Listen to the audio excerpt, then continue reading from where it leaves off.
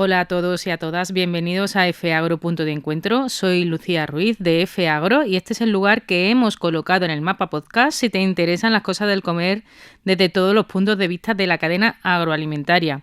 Es el sitio para debatir desde la sensatez, compartir puntos de vista y trabajar por un sistema alimentario sostenible. Si quieres participar, comentarnos tus impresiones o proponernos temas, puedes escribirnos a fagro@f.com y estaremos encantados de escucharte. Hoy volvemos a nuestras conversaciones sin prisa, pausadas, para conocer de cerca a los protagonistas del sector. En este episodio nos acercamos al sector de la restauración colectiva, es decir, quienes se encargan de la alimentación en los colegios, hospitales, universidades y residencias de España. Casi nada. Se trata de un negocio que supone 3.000 millones anuales y genera unos 90.000 empleos. Y para ayudarnos a entender esta realidad en este complejo sistema, me acompaña mi compañera Nerea Díaz. Bienvenida, Nerea. Gracias. Y para profundizar sobre el sector, mejor que hablar con sus protagonistas, no se me ocurre mejor idea. En el sector de la restauración colectiva tenemos con nosotros al portavoz de la Federación Food Service España, Mario Agudo.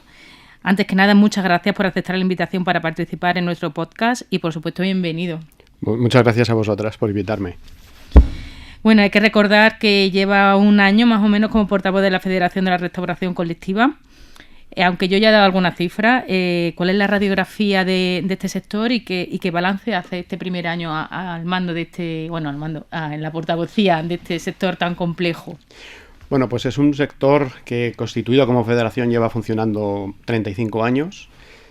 Como has dicho, damos empleo a más de 95.000 personas en España, lo cual significa una cifra nada desdeñable y representa un 0,25% del PIB. De manera que estamos hablando de un sector que en cifras es bastante amplio. Es cierto que a nivel de comunicación no nos habíamos prodigado en exceso.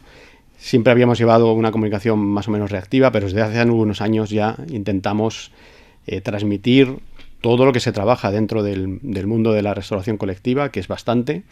Somos, por ejemplo, uno de los sectores que más nutricionistas emplea de toda España, y esto es significativo en la medida en que una de nuestras razones de ser es proporcionar menús adaptados, equilibrados, que sean de una calidad adecuada para los sectores a los que alimentamos, que generalmente son sectores sensibles, además, niños, niñas, ancianos, enfermos, de manera que es un sector que yo consideraría estratégico porque damos de comer a millones de personas diariamente y un sector que va avanzando al son de los tiempos.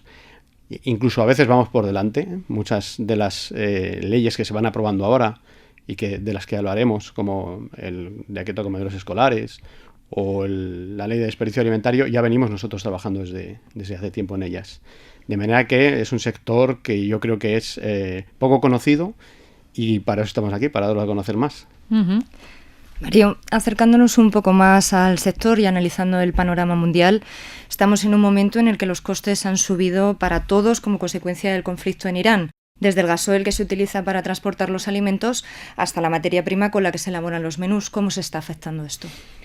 Bien, la verdad es que llevamos un tiempo de inestabilidad política internacional que no arranca en la guerra de Irán, sino que yo remontaría a la guerra de Ucrania. Uh-huh. Porque ya con la guerra de Ucrania empezamos a soportar incrementos de precios desmedidos, por ejemplo, con el aceite o con otras materias primas. Y ahora esta guerra de Irán ha supuesto un agravamiento de la situación de inflación que veníamos experimentando. Como bien has dicho, por el precio del gasoil, pero incluso por las bandejas de plástico que utilizamos para transportar la comida o cualquier cosa insospechada que os podáis imaginar, porque ha subido prácticamente todo. Y es algo que además no hace falta convencer a nadie, porque basta con ir al supermercado y darse cuenta de que ha subido todo una barbaridad. Y aparte de esto, venimos sufriendo subidas de otras materias primas importantes como consecuencia de la gripe aviar, la crisis que ha habido con el pavo, por ejemplo, que nos afectó, con subidas en más de un 50% la carne de pavo. Tenemos subidas de la ternera, por ejemplo, por encima de un 40%. De manera que estamos afrontando una tendencia inflacionista bastante severa, diría yo, agravada, si podemos añadir, por la subida del salario mínimo interprofesional, que a priori es algo bueno, positivo, porque supone mayor capacidad de compra para las personas, pero que si no viene respaldado por otra serie de medidas, pues para el sector, lógicamente, es algo que se añade a esa gravedad que venimos experimentando desde hace tiempo. Y con esto me refiero a la necesidad de actualizar los precios en concursos públicos, que es uno de nuestros caballos de batalla, y que venimos peleando con la Administración para que se reconozca esta tendencia inflacionista, que es evidente y que no hace falta que convenzamos a nadie, en los concursos públicos que se suscriben con la Administración y que a día de hoy no se revisan estos precios y comprometen la viabilidad de todo un sector, como el que os he explicado, a medio y largo plazo, claro. Volvemos al territorio nacional. Recientemente se ha aprobado una nueva ley de comedores que influye directamente en vuestro negociado. Mario, si bien el sector ya apostaba por la sostenibilidad y una dieta saludable en los menús confeccionados, recordemos a los oyentes que los colegios deberán limitar los fritos y el azúcar y apostar por más fruta, verdura y pescado. ¿Cómo os habéis adaptado a esta medida? Bueno, como decía antes, somos un sector que avanza a veces por delante de la propia normativa. Y la reducción de fritos, la reducción de precocinados, de ultraprocesados, ya era una tónica general en muchos de los centros en los que prestamos servicios, sobre todo en el ámbito público. Porque el servicio de comedor en colegios públicos está regulado normalmente por las comunidades autónomas, y dentro de esa regulación ya se establecían normas en esta dirección. Sobre todo pues, por buscar un menú más equilibrado, más saludable, y alineado con una estrategia de educación para la salud que inculcamos a todos los niños y niñas que comen con nosotros cada día. Así que no ha sido muy costoso poder integrar este nuevo Real Decreto, que de hecho hemos recibido con optimismo, porque para nosotros supone una forma de ratificar una trayectoria que ya veníamos desarrollando desde hace tiempo, y que también tiene su impacto en los costes, porque lógicamente introducir más alimentos integrales, más pan integral, puede tener un impacto sobre los costes, pero este tipo de impactos son más bienvenidos, digamos, que los que sobrevienen por otras circunstancias. Entonces de todo esto me surge la tercera derivada, ¿no? Si te suben los alimentos, ¿no? Los alimentos, fundamentalmente los alimentos de primera necesidad sanos, y a su vez tenéis que dar esta dieta más variada, rica y tal, los costes Desde luego que para nosotros los costes son un problema importante, porque además estamos hablando de un sector en el que los márgenes son muy reducidos. Ajá. Y al tener márgenes tan reducidos, nuestra flexibilidad a la hora de poder asumir este tipo de incrementos pues es más reducida, claro. Lo que no podemos renunciar es a ofrecer un servicio de calidad, un servicio equilibrado, y para eso estamos como profesionales del sector, para intentar buscar las mejores alternativas y al mejor precio. Pero claro, esto no es la gallina de los huevos de oro. Entonces llega un momento en el que si la tensión inflacionista se dispara y tampoco tenemos un respaldo, una respuesta por parte de la Administración como pensamos que debería de haber, pues como he dicho, a medio o largo plazo la viabilidad del servicio, tal y como está ahora mismo planteado, pues podría comprometerse. Porque habla de márgenes reducidos, pero que no sé si puede dar alguna horquilla en que se muevan las empresas. Pues mira, por ejemplo, un sector que conozco muy bien, que es el comedor escolar en la Comunidad de Madrid, el precio está fijado en 5,50 euros y hay que pagar la comida y a los empleados. Con lo cual, imaginaos el margen que te puede quedar ahí. Ahí lo que tratamos nosotros es de buscar, gracias a la capacidad de compra, intentar conseguir mejores precios, intentar acudir a todo tipo de mercados para ver cuál es la mejor relación calidad-precio, pero lógicamente llega un punto en el que puede llegar a ser insostenible.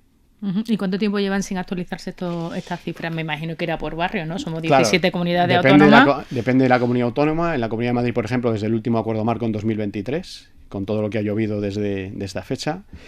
Y bueno, pues se van renovando los acuerdos marco. asociados a incrementos de precio, pero claro, ahora mismo llevamos con el precio congelado desde hace 3 años, en Madrid al menos.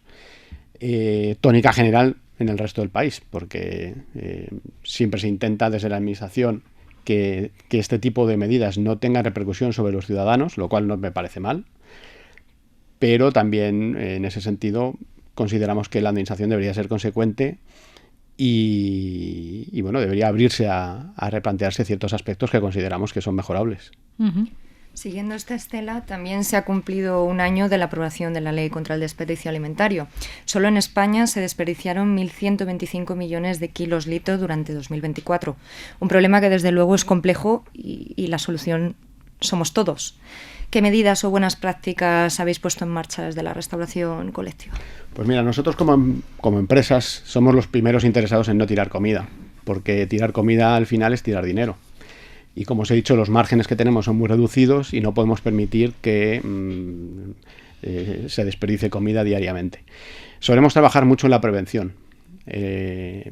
¿Cómo? Pues intentando manejar stocks cortos, hacer rotaciones muy frecuentes de stock, intentando ajustar las cantidades cocinadas a los asistentes reales, a los servicios. Esto implica una mejor comunicación o una comunicación mucho más fluida con los centros escolares, con las residencias, con los hospitales, para ajustar realmente la producción a la necesidad real de cada día.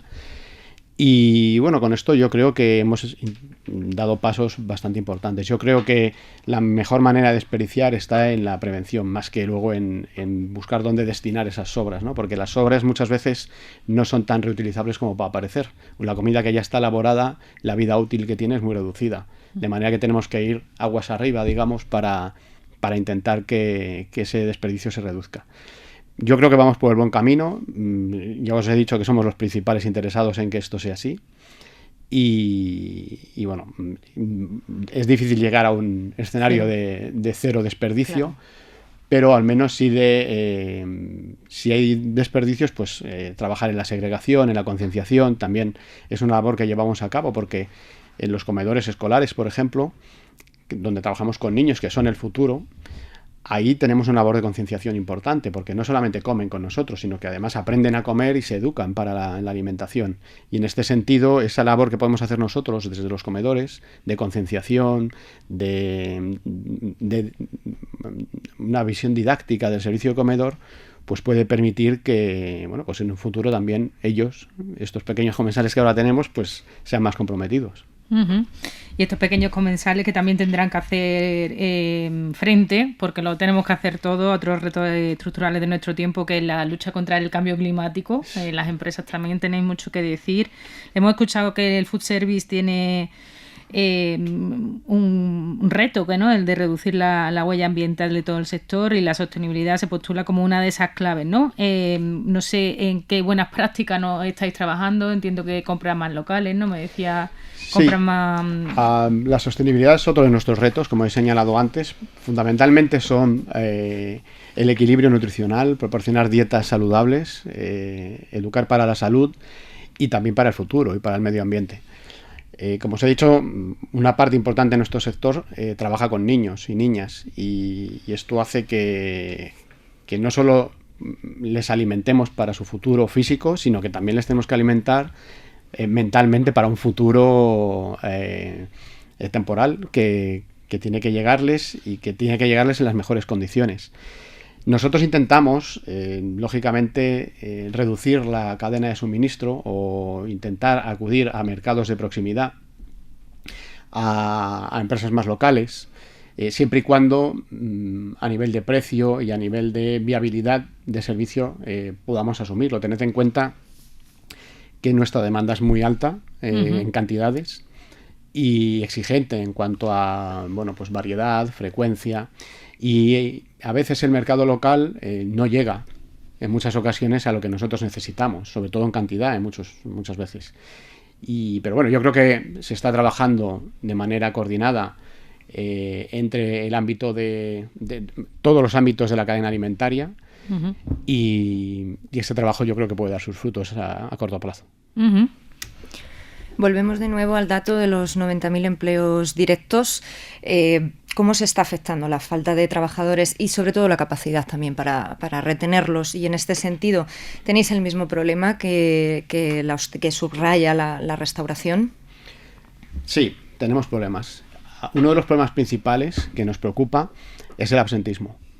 Tenemos un porcentaje de absentismo muy elevado, de en torno al 14-15%. Y esto es un agravante de la situación que os decía antes a nivel de los costes, porque ahora mismo, claro, las personas que están de baja o que están